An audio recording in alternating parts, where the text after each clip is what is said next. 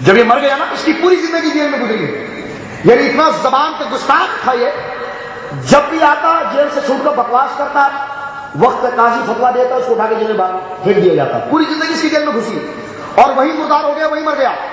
مرنے کے بعد وہابیوں کی سب سے مستند تاریخ کی کتاب البدایہ والنہایہ، سچ سننے کی طاقت ہے نا، ہے سچ سنو۔ مجھے لوگ آئیے نے بولا یار یہ بڑھ لوگوں کو کھولے عام رگڑتا ہے، میں نے کہا تیرے باپ کو تو نہیں رگڑتا، یہ تیرا کوئی رشتہ دار ہے تو بتا دے، پھر شاید میں اس کو مسلمان کروں اور تیرا رشتہ صحیح ہو جائے رشتہ۔ اور اگر تو سنی ہے تو تجھے یہ لفظ نہیں بولنا چاہیے، اگر میرے حسد میں کہہ رہا ہے تو مجھ سے کہے یہ تقریر کے بارے میں مت بول، کیونکہ میں یہاں پر ایمان کی باتیں کرتا ہوں، ایمان کی باتیں کرتا ہوں، اور تو اس لیے نہیں کرتا کہ تجھے پتا کہ وہاں سے گیا تو وہاں سے گیا، اور میں تو کہتا ہوں جان دی بھی ہوئی اسی کی تھی۔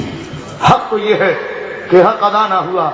دیکھو میرے جرنیل چلے گئے، اللہ اکبر، ان کی عزت میں کمی آئی، عزت میں کمی آئی، تو یہ اللہ والوں کی شان ہوتی ہے، ان کا جیسا مقام کون پائے۔ یہ سینے میں حضور کے نام پر گولی اترے تو یہ تو قسمت والوں کی بات ہوتی ہے، یہ میں آپ کو بات بتاؤں، یہ قسمت والوں کی بات ہوتی ہے۔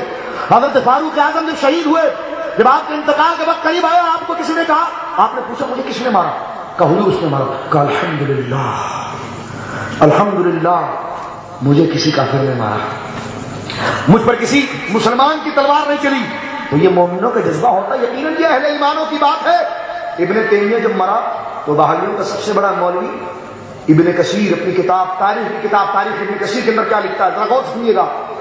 کہتے ہیں جب مر گیا تو ہم اس کو لے کر آئے، پہاڑی پر رکھے، لوگوں نے اس کو پہاڑی پر رکھا۔ سعودی عرب والے کہتے ہیں کسی بزرگ کا کوئی چیز سنبھال کر رکھنا اور یہ عقیدہ رکھنا کہ اس سے برکت ملے گی شرک ہے۔ اور ریاض کے میوزیم کے اندر شاہ فہد کے باپ کا جوتا، مسواک، نہ جانے چنڈی بننے سب رکھی ہوئی، سمجھ رہے کیوں رکھی ہوئی؟ مرنے والا اپنا باپ تھا، سمجھ رہے، مرنے والا اپنا باپ تھا۔ تو دین بدلتا ہے مسلیتوں اور رشتوں کے ساتھ ان کے نزدیک، لیکن ہمارا دین وہی ہے جو رسول اللہ سے چلا آیا ہے۔ اب دیکھیے آپ، ابن تیمیہ جب مرا تو اس کو لا کر پہاڑی پر رکھ دیا گیا۔ کہتے ہیں حضرت جماعت النساء، جماعت من النساء، عورتوں کی جماعت آئی۔ ہمارا کوئی ولی انتقال کرتا ہے تو ہم اس کو عورتوں کو چھوڑ دیں، یہ ہم خود آتے ہیں؟ تو ساری بابریں جمع ہو گئی وہاں پر، اور کیا کیا انہوں نے؟ زیارت کی اور چلے گئے تھے۔ مرد آئے، انہوں نے زیارت کی اور چلے گئے۔ وَيَقْرَعُونَ الْقُرْآنَ، لوگوں نے وہاں پر بیٹھ کر قرآن پڑھا، قرأ القرآن، قرآن پڑھا۔ قرآن پڑھنے کے بعد وہ جو عورتیں آئی تھی نا، قرآن پڑھنے کے بعد البدایہ والنہایہ جلد نمبر 14 صفحہ نمبر 56 57 58 بیروت کا نسخہ پیش کر رہا ہوں۔ کہتے ہیں وہ عورتیں ابن تیمیہ کے پاس آئیں، وَيَتَبَرَّكُونَ بِرُؤْيَتِهِ وَتَقْبِيلِهِ، عورتوں نے ابن تیمیہ کو چوما، وہ گرو مر گئے۔ عورتوں نے وَيَتَبَرَّكُونَ بِرُؤْيَتِهِ وَتَقْبِيلِهِ، مرد اور عورت سارے مل کر ابن تیمیہ کو چوم رہے تھے اور دیکھ رہے تھے، چوم کر اور دیکھ کر برکت حاصل کر رہے تھے۔ رسول پاک کی شہر کی مٹی برکت نہیں دے سکتی، رسول پاک کا موئے مبارک برکت نہیں دے سکتا، رسول پاک کا جبہ برکت نہیں دے سکتا۔ او وابیوں، شرم کرتے بغیرت اپنی عورتوں سمیت تم اس کو چوم رہے تھے، او وابی چوم رہے ہیں اس کو برکت لینے کے لیے۔ اب اس کو چوم کر ذرا ٹھنڈے ہو گئے نا، بولا اس کو دھلانے کا ٹائم آیا ہے، اب بالٹی مالٹی لایا، اس کو غسل دی۔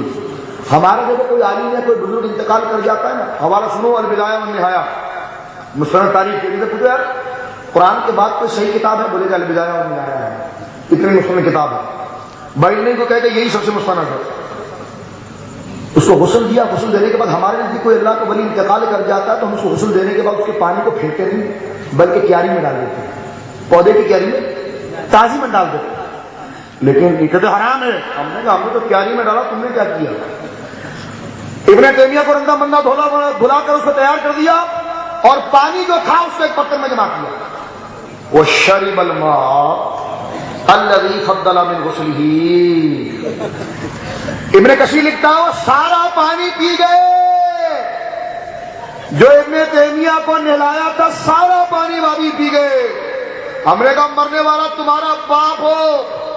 تو اتنی تعظیم کہ بابڑوں نے وہ کہا چلو تیسرا بندر روڈ میں دھنا ڈال دو اس طرح آ جاؤ. اور قاضی کی ساری گویا کہ چلو لے گئے جناب وہاں پر ابن تیمیہ کو چموایا بھی. وہ شرم کوئی چیز ہوتی ہے یار. ہم بزرگ سے عقیدت رکھتے ہیں لیکن اپنی بیویوں کو ان کے سامنے نہیں لے جاتے. بیویوں کو ان کے سامنے, کیونکہ ہماری شریعت اس کو ناجائز کرتی ہے. جو اگر پیر ایسا کرتا بھی ہوگا تو خود عمل بھگتے گا اپنا. ہم اس کی اجازت, مسلک اعلیٰ حضرت اس کی اجازت, اہل سنت و جماعت اس کی اجازت, مزاروں پر عورتوں کو جانے کی اجازت, مزاروں کا طواف کی اجازت, مزاروں کو چومنے کی اجازت, مزاروں پر ڈھول بجانے کی اجازت, مزاروں پر چس پھیلانے کی اجازت. سنو اے بہرو سنو, میں اہل سنت کا ترجمان بن کے ترجمہ نہیں کر رہا ہوں. اب بھی اگر تو بکواس کرے تو تیرا دجل اور تیری خباثت ہوگی. اور کیا ہوگا میں نے وضاحت کر دی اپنے عقیدے کی. ایک بات, اگر کوئی وادی کے لیے میں گو کھاتا ہوا نظر آ جائے تو میں کہتا ہوں کہ تمہارے لیے سب جائز ہے. عوام کا عمل علماء پر لگایا نہیں جاتا. عوام کا عمل علماء پر لگایا نہیں جاتا. کہتے جناب اس کو دھونے کے بعد اس پانی پی گئے, اب تو چھوڑ دو اس کو, یاد دفن کر دو. کہتے نہیں, گرو مرا ہے, گھنٹال, گرو گھنٹال مرا ہے. اب اس کو مرنے کے بعد اس کا جنازہ پڑھاتے ہیں. البدایہ والنہایہ ترجمہ بھی اس کا بھائیوں نے کیا, یہی لفظ لکھے ہیں جو میں پیش کر رہا ہوں. جنازہ پڑھنے کے بعد ابن تیمیہ کی گردن میں سوراخ تھا. یہاں پر کیوں تھا؟ کوئی گولی لگی تھی اس کے محمدی میں؟ نہیں, جوؤں نے کاٹا تھا اس کو. جیل میں تھا نا تو جوؤں نے کاٹا تھا اس کو. مذاق نہیں کر رہا ہوں, عبارت ہے, اس کو ساتھی سے ہوا. جوؤں نے کاٹا تھا. جوؤں کاٹنے کی وجہ سے جو ہے وہ سوراخ ہو گیا تھا. وہاں پر چاندی کا ایک سکہ لگایا تھا اس نے, چاندی کا ایک سکہ لگایا تھا. مرنے کے بعد بولے اس مسجد قبر میں ڈھکے گا سکہ تو رکھ لو جیب میں.